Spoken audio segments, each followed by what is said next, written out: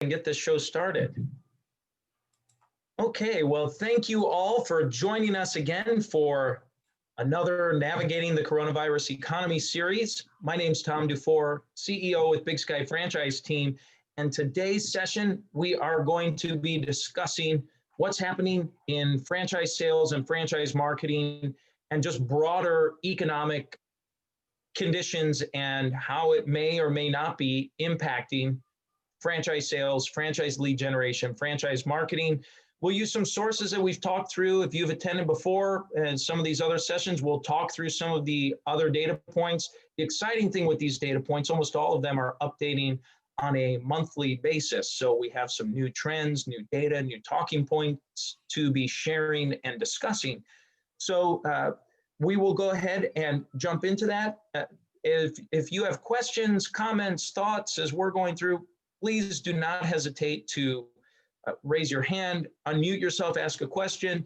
These generally are smaller groups that being interactive is totally fine, or just type it in the chat box. If I miss it, Yvonne on our team will most likely pick up on it and make sure that she asks me. So we are going to go ahead and jump into this. I'm going to share my screen. Let's go ahead and do that.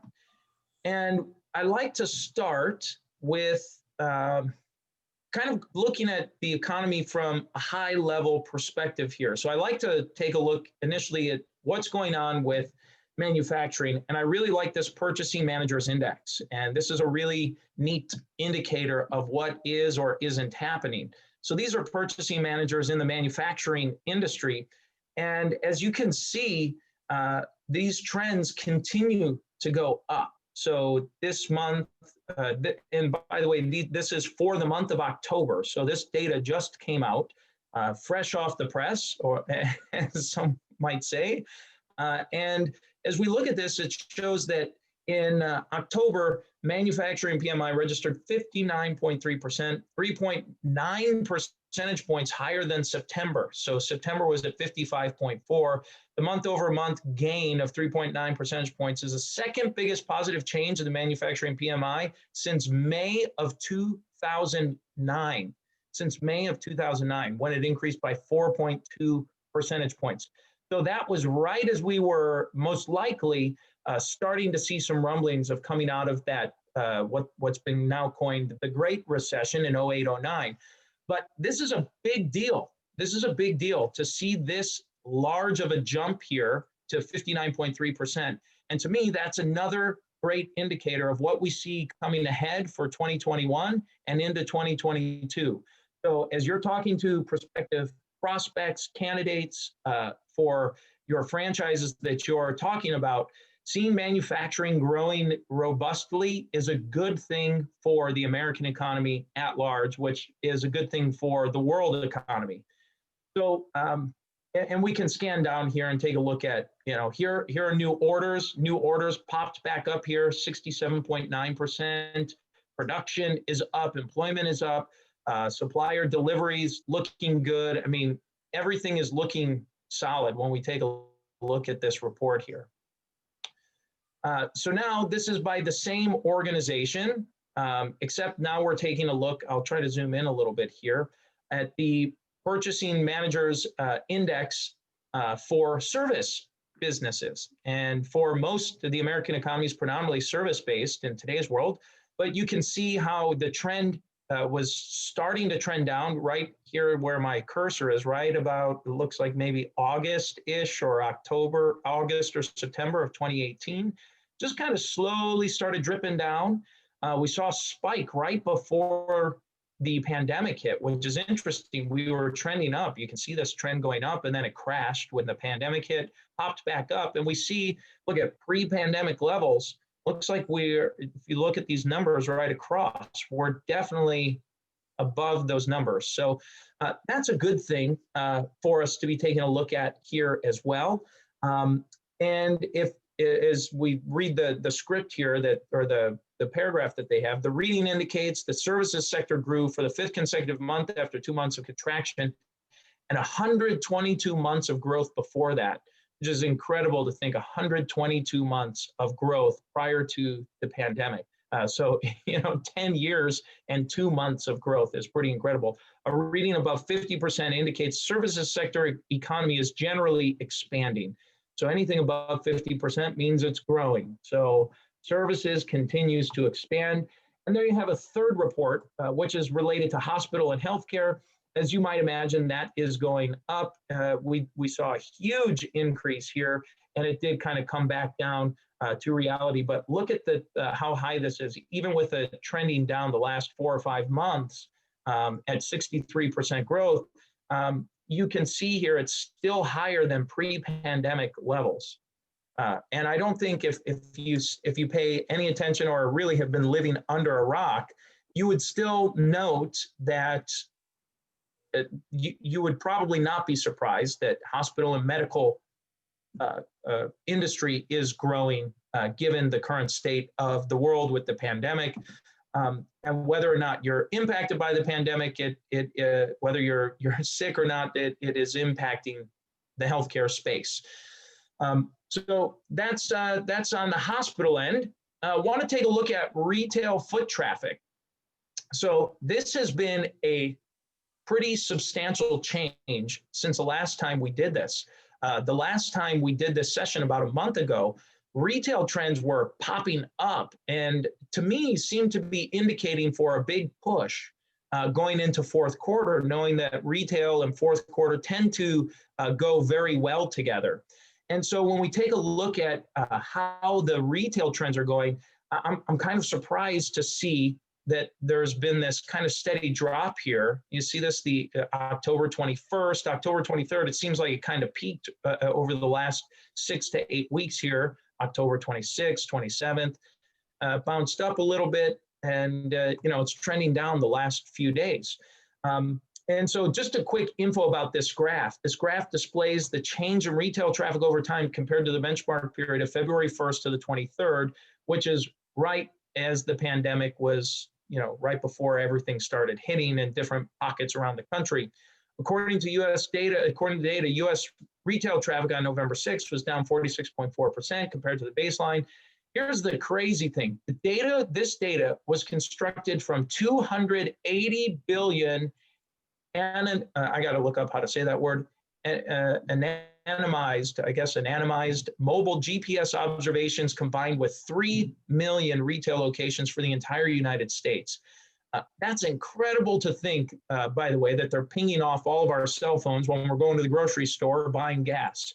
So pretty wild to think that there's access to that data. That's scary. That's another topic for another type of show. But nonetheless, it's interesting to see how retail traffic is trending down. We'll see if that goes up here as we're getting into the Christmas season and holiday purchases, and we'll see what that trend starts to look like. If we see that going up, I would foresee that starting to trend up in the tail end of November and into the first part of December. So I think that's an interesting conversation. So let's go ahead and jump into what is happening in franchising and the new startups or new franchise buyers. And just released yesterday is the Startup Sentiment Index that was literally released. And I'm going to pull this up here, or pull this up on the PDF. I just downloaded this. I mean, it just came out yesterday for us to be able to get this data. So this is perfect timing.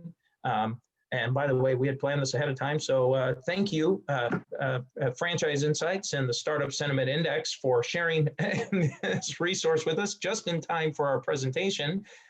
And what I think is really interesting to talk about here and take a look at is they asked the people considering starting a business, is now a good time to start a business? And here's what the percentage of people who said they agree and strongly agree. So if we take a look at the month of October, which was just last month, we can see that the agree is trending up and strongly agree is trending up, and the overall total is trending up again. So it's what I think is kind of interesting to know, if we take a look at the quarters here, we see here's the balance of third quarter. So it kind of dropped into August, started picking up in September, and picked up again in October. Take a look back here. We've got May, June, July, kind of a similar trend. And then we've got, let's see here, April. Oh, I'm sorry, I'm a little off on my dates. We've got July, August, September, and then April, May, June, and January. And obviously we see what happened in February. But we see that this is holding fairly steady. Around 60% of people are thinking that now is a good time to start a business. So that means 6 out of 4 candidates you're talking to think that now is a good time to start a business. So anticipated startups, timeframes for startups advance in October survey and what they found out. So let's take a look at October. So the red means that they're no longer interested or they don't know. The blue means that the people are thinking about starting in the next 6 to 12 months. The dark green is someone starting in the next 4 to 6 months. And then this I don't know, we've got dark green, we'll just say green, and light green. So the green is the next 3 months, and then light green is starting this month. And it's interesting to see how these percentages are going up. So we've got about 41% that are looking to start either now or in the next 3 months. We look at the previous month for September, that number was, we're at 56%. We were at 53%. Sorry, trying to do the math here, 57%. So it's kind of hovering around, kind of mirrors what we're talking about here for is now a good time to start it, hovering around 60-ish% that they want to start now. Let's take a look at entrepreneurs' optimism about conditions 3 months out. So what do we think the next 3 months are going to look like? And certainly this survey was done prior to the election, so we'll see how November shakes out and what ends up happening. It's always, you never know what's going to happen the month of an election, so what people are thinking or feeling. But here we have for the month of October, you can see that entrepreneurs are thinking that the economic conditions are going to be better 3 months from now. So we're saying better or much better, 44.9%, better or much better, and much better was at 10.2%. So you can see this better or much better, this dark blue trend is a little bit better of an indicator for us here. So you see January, February, March, April, May, June, July, August, September, October. And so what's interesting is this was very high when the pandemic was at its worst, which you would kind of expect, hey, 3 months from now, things are going to be better. And as things start to show some signs of improving, it may not be much better or better than it is now. You start thinking maybe it is, maybe it isn't. So you kind of see that cyclical trend. So this kind of interesting talking points. How likely are you to start a business now versus 3 months ago? The green is more likely and the blue is less or much less likely.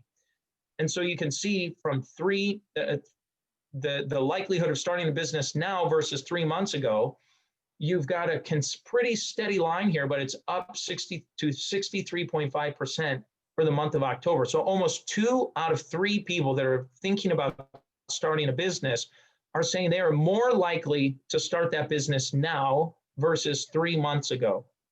And we can kind of see this trend going here. Look at February, right before the pandemic really took hold, almost 72%. And we see this number kind of bouncing up and down a little bit, 69% July and August. You see that it kind of fell down a little bit in September. It's popping back up again in October. So, but we see this number creeping back up to the 60s, close to that 70 pre-pandemic level. So that level of optimism is a good thing and something that you should be talking about with or if not talking about, at least discussing with your prospective franchisees. It's a really interesting thing to be talking about for the data point, and something you might even be able to reference as part of, I don't want to imply herd mentality, but helping explain to candidates who are maybe wondering, is now really the right time to start? Is it really the best time? And you could say, well, look, here's what people are thinking right now. 63.5% of people who are thinking about starting a business they think now is a better time than 3 months ago to start it. Just an example of ways in which you can use the data here. Access to funding still remains a concern, but it improves.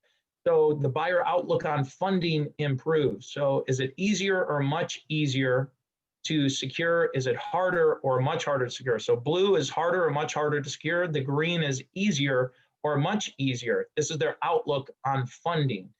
So the green means that it's easier or much easier to gain. And you see this very low period in July. So you see this trend, consistent trend down from March, trending down, down, down all the way to July. And it's picking back up here into October. And October is the highest number we've had since the pandemic hit. Even look at the pre-pandemic levels here. January, 17.8%, February, 20.2%, March, 23.8%. So you see October, this sentiment, this improvement is pretty big increase there. Harder or much harder, that it's difficult to reach. You know, these numbers are kind of balancing out. So you see that it's starting to come down, the trend's starting to come down. So you see these kind of mirror. July was the low point for easier or much easier, and July was also the peak in the last 10 months since the start of the year for harder or much harder to get for the buyer outlook on getting funds to open the business. Let's see here. This is concerns among entrepreneurs as election approaches. So you can see that the concerns, you can see how they start to spike. You know, we can talk about the election sentiment, what I was referring to. How does COVID-19 affect your interest in business ownership? So let's take a look at October and what's going on. And it's this column on the far right. It's this kind of a cauliflower blue that's on there. So if we take a look at no impact, this is an issue that will be resolved before I start my business. It's interesting to see that this number from March was very high, but then it dropped. And now it's popping, increasing, that there's no impact. This is an issue that will be resolved before I start my business. Nice to see that trend going up, looks to be about 15%. Boosts my interest in controlling my own destiny through business ownership. So we see that this is still the leading motivator about how COVID-19 has affected your business. So 40% of the people that have responded said that their interest is actually increased because of the coronavirus pandemic that's hit. So they're motivated. And by the way, I think that this motivation that's going on, and I'm not trying to make some crazy prediction, but I believe, and maybe you hear it first, folks, but this motivator has been one of the highest motivators consistently all year. And it's over 40% right now of people think that the coronavirus is impacting their interest by taking control of their own destiny. Well, I think that is going to collide with what we typically see at the first of the year anyway, for the first quarter, for franchise sales or franchise interest to increase as well. We usually see January, February, March, the New Year resolution, all of those items colliding, coupled with pandemic hangover. I don't know if that's a phrase or a term, but that's kind of what I'm calling it. People are just tired of it. They realize that the world is not ending. We are going to continue and make it through this as a species on our planet.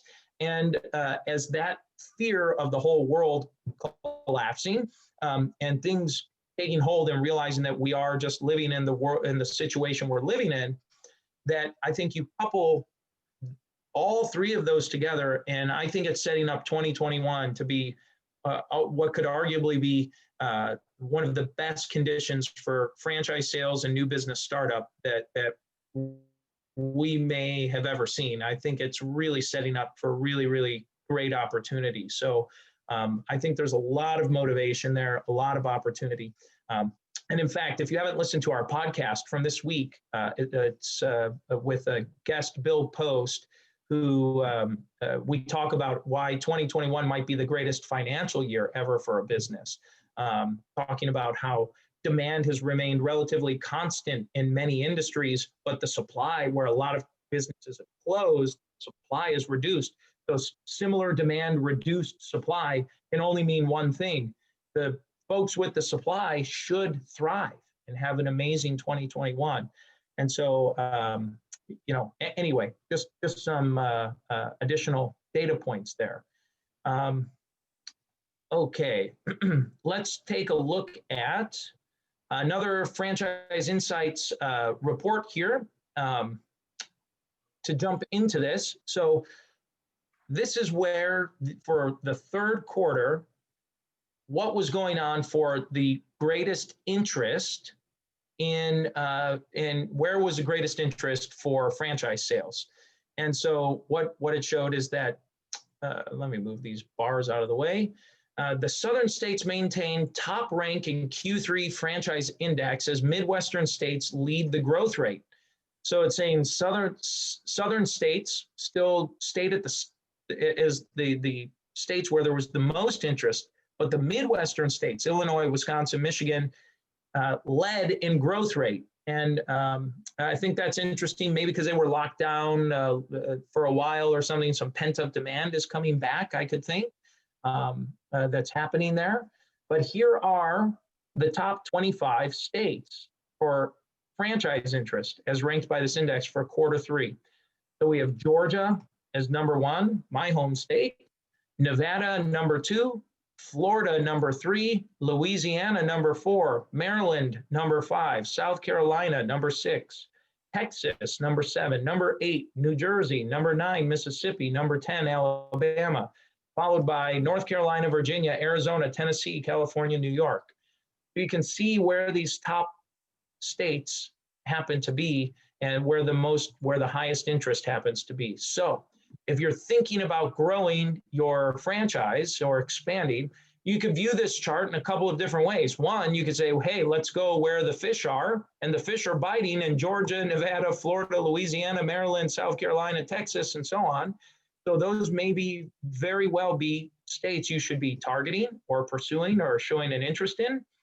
And then the other thought process could very well be, let's take a look at where maybe folks aren't going right now. Where is maybe if everyone's zigging, maybe you're the one that zags. I don't know. But just to toss that out there, just as some suggestions there. Okay, another good report from Franchise Insights is about what's happening in just some of the industries and trends. So here is what's going on for franchise category and percentage share change. So this is financial services category, sets the growth pace in franchise lead generation for the second month in a row. So this was for August to September. I think this report came out at the end of October is when this was released. Yeah, October 29th is when this was published. So this was published about 2 weeks ago. I try to bring you the most current stuff that I have, the most current data available so that we can talk about it and give a quick summary for you. So financial services grew here at 22.1%. That's just incredible, that growth rate. Real estate, 20.6%. Pet services, 15.1%. Business services, 9.1%. Look at this, retail. Check that out. A big surge in retail. Health and fitness. Cleaning and maintenance is down a little. Senior and health is down a little. Automotive is down a little. Home service is down a little. Education, food and restaurant is down. Personal care down, and child-related is down pretty significant. And what's interesting is a lot of these that are down for this period were up in the previous period. So I'm wondering if, maybe they were up in the previous period and now they were down a little bit from the last period. So interesting to see that there. Change in inquiries per franchise type. So health and fitness had a huge surge in change in inquiries, 35% growth. Real estate, 21%. Financial services, 13%. Pet services, 8%. And cleaning and maintenance, 4%. So kind of an interesting change there. And now let's jump into the next report, which is this is a Fran Connect report. So I thought this was a really interesting report. They just released this report, I think yesterday or today. Fran Connect did an awesome webinar. If you missed it, you can sign up and get access to a recording at franconnect.com. But they released some of their data to showcase what's happening in their system with all of the franchise companies they have in their network and system. They have, I think, about 800 brands using their system. And so they aggregate all of their data and started putting together some reports. And so this is kind of an interesting data point and report. So what did they find? Well, they found that in their database, in their data set, total franchise lead flow is down and has been trending down. So Q1 leads, Q2 leads, Q3 leads. They're showing this trend down. So from about 200,000 leads in Q1 to about 150,000 leads in Q3. So it's down about 50,000 leads based on this assessment, or from January to now, it's down about 25%. Franchise lead flow by size. Now, this is something that I want to point out, because you could imagine, you see here the total volume. If you look at this, enterprise franchise systems, which these are large brands, these are going to have over 200 franchises each. These are much larger franchise systems. Certainly, you'd expect that they're going to pull the largest share. But look at the influx here. Q1, Q2 was up, and then Q3 dropped. And what's interesting to note when we take a look at these is that you can see up here, about 200,000 leads in Q1. Look, 83,000 leads were from enterprise, about 100, maybe 60,000 in Q2, 90,000 were enterprise, about 150,000 in Q3, 71,000. So enterprise is accounting for at least roughly about half of the entire system. So most of our clients and folks that we work with tend to be on this micro emerging or emerging path. And so I want to point out what's happening in micro emerging and emerging brand. And that's where you'll find most brands in general in franchising, just like you do small business, right? 99% of all companies in the United States are small business. And so when you take a look at these micro emerging trends, this data for micro emerging and emerging is actually what I see in the trends internally at our company with our clients, which is January or Q1 was a good quarter and then fell off for second quarter, and things picked back up again in the third quarter. And that's what we're seeing, is that leads are up, and we're seeing similar trends to this micro or to this emerging trend where lead flow is pretty steady. It's really pretty consistent in this emerging segment. And we're seeing that happen here. As you would imagine in micro emerging, when the pandemic hit, for those micros, a lot of those are functioning or floating off of their main corporate business to fund the franchise lead gen. So if you'd imagine, those businesses probably got impacted, they probably pulled some of their franchise marketing. And so you would naturally see a reduction, or you could assume it kind of put some pieces together that data that those brands pulled that marketing. So I found it interesting. One other point that I thought was interesting in this data to point out, as we see an increase in micro emerging, emerging, and mid-market stayed about the same between Q2 and Q3, is we saw a pretty substantial drop for enterprise brands. And not as sure exactly why. Maybe they waited to pull the plug a little bit longer on some of their marketing efforts or pull back on a few things. Or I also wonder if a lot of leads in Q2, a lot of seekers in Q2, I wonder if those buyers realized that the territory wasn't available for some of these enterprise brands and started saying, well, maybe I'll buy something else, whatever that something else is. And they ended up in the bucket for these emerging and micro emerging. So we see these trends kicking up in Q3. Look, I don't want to assume, but I'm just trying to tie some pieces together. And most of my time ends up being spent with micro and emerging brand, as Fran Connect defines it here. So in any event, I thought that those were pretty interesting. And then just franchise lead flow by source. So as you can see, the franchise portals and lead aggregators are the number one generator. Probably no surprise to anyone. The company or corporate website is number 2, social media number 3, just general marketing number 4, franchise brokers or franchise referral consultants number 5, general referrals, organic, and then trade shows. And we saw an uptick here in trade shows or a conference. I think that's pretty interesting in Q3. And I'd say that has to do with a lot of these virtual expos that have been going on that really started taking hold in the third quarter for the trade show companies to retool and re-engineer some of that. With Can I ask a question there? Yeah, please. So can you go back to that graph, sorry, and just sort of about the lead source? Yes. Bring it up on, there we go. Okay, great. So the portals, would that be something like BeTheBoss.com, those type of things? And then portals would be like Franchise Gator, Be the Boss. Yeah, exactly right. Mm-hmm. Okay, and then the other side of the graph, the trade show conference one. So does that include the virtual conferences?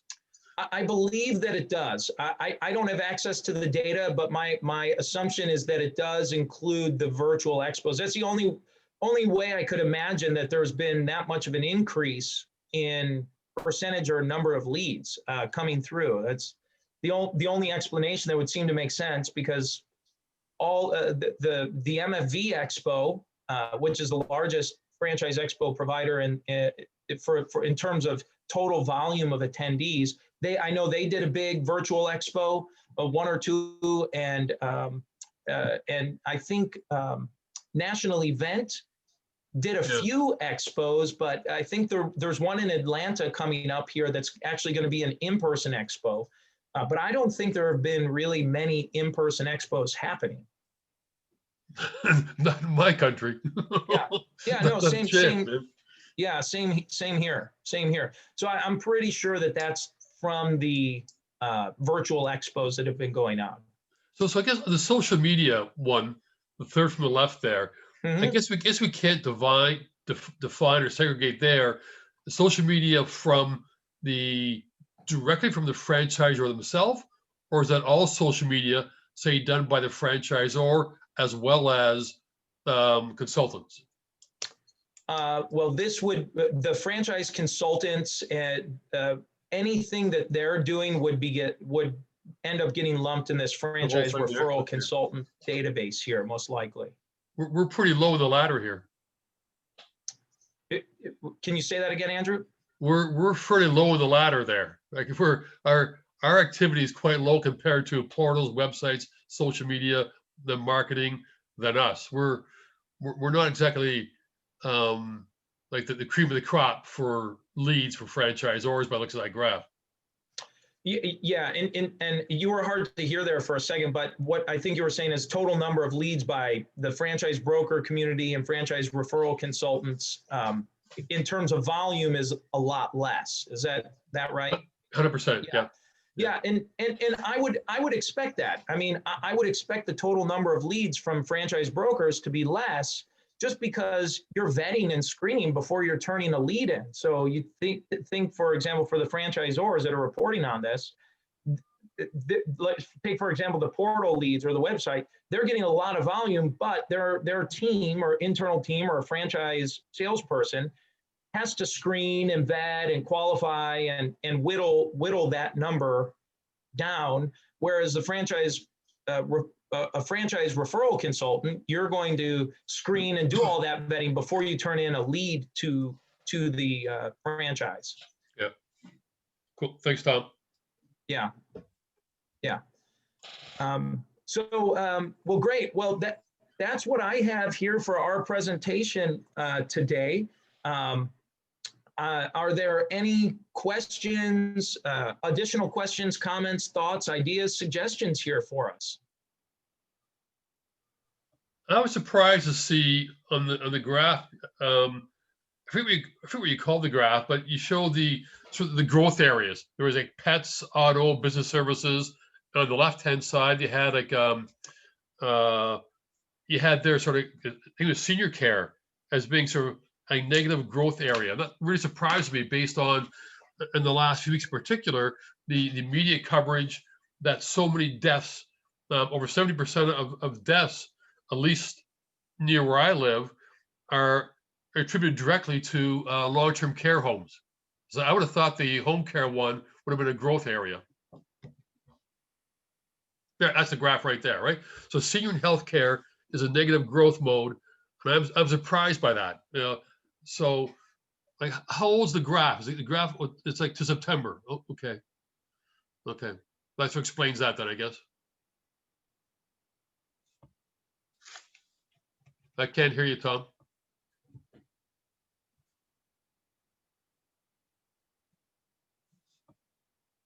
Let's see. There we go. Can you hear me now? Is that okay? Yeah, thank you. All right. Yep, no problem. So I think what happened is, if I remember right from the last month's session where these numbers were up here, senior care had a pretty substantial growth. It was one of the leading growth rates and it's a month-to-month comparison. So it's not an annual, so it's month over month. So if there was a big surge the previous month, even if it's down just a little bit, it still might be up overall for the year. So this data is a little, the month-to-month comparison for some of this is hard to gauge because we don't know total numbers and what's a trend for the year, but it does just give us an idea to show, okay, what's peaking over the previous month or previous period, and what's increasing and what's not.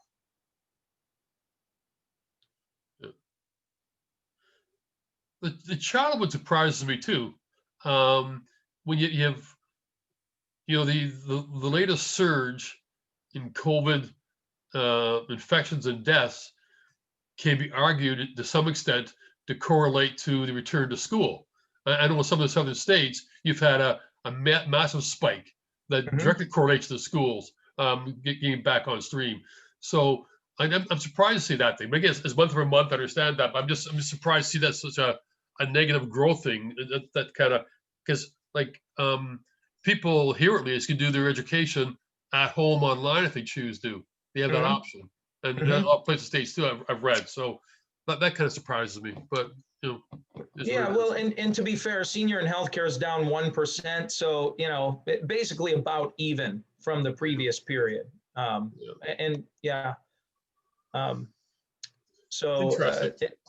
It's just interesting to see what the data points are saying, and trying to synthesize all of this and aggregate it and combine it and mix it all together to make a conclusion. And I think the general conclusion is that I think when we take a look at some of the high level macro economic conditions, and like the manufacturing index, PMI index, the services, we see that some strong readings there.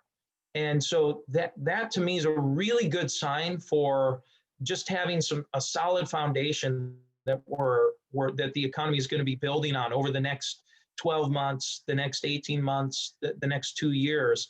That's a really good indicator for us. I like this PMI graph here for manufacturing, because it's just kind of interesting to know that if you really look at 2019, you can see here where once it crosses under 50%, things were starting to trend down. So we may have already been heading into, you start to see this growth rate slowing, starts trending downward. We had maybe 2 years or 2.5 years where that economic downturn was trending, and it was waiting for an event. Some kind of an event to happen, and the event in this case was the pandemic that happened, and caused what may have happened over the course of a recession that might take 6 months or a year. Happened in like 6 weeks. Anyway, I think that's just an interesting trend to note and see, and just to see the spike, these big high growth numbers right now is a good indicator for us. And positive interest for franchise candidates, a new startup, and the thing for the startup index, this business startup indexes. We know that not all of them are going to, where is that? Here it is. We know that all of them are not going to buy a franchise, but we know that a percentage, some of these folks that are thinking about starting a business will buy a franchise. So whether they start their own independent or they do something else, franchise or whatever it might be. So, good indicators, for those of us in the franchise development, franchise sales, marketing field, some good positive indicators for us. Why are franchises so much stronger in the warmer states than they are in other states? Well, in my opinion, for franchise, it has to do with whether it's perceived or actual. The southern states in the United States tend to be more business friendly. So there are high growth areas for population. There's a lot of migration. The great migration from the north to the south is happening. You have lower taxes. You have better, more pro-business choices, more pro-business states where it's not totally cumbersome to run and operate a business. Comparing, for example, my where I live now, my home state of Georgia, I grew up in the state of Illinois, and Illinois is a bear to do things and operate in it. So it can be very, very difficult to do business there. Everything's complicated, expensive, taxes are high, and it's very attractive to go south to better weather. And so it's just like, wait a minute. So better tax situation, better business environment, better weather, and it's growing. What's there not to like here? So any other questions, thoughts, comments, concerns here?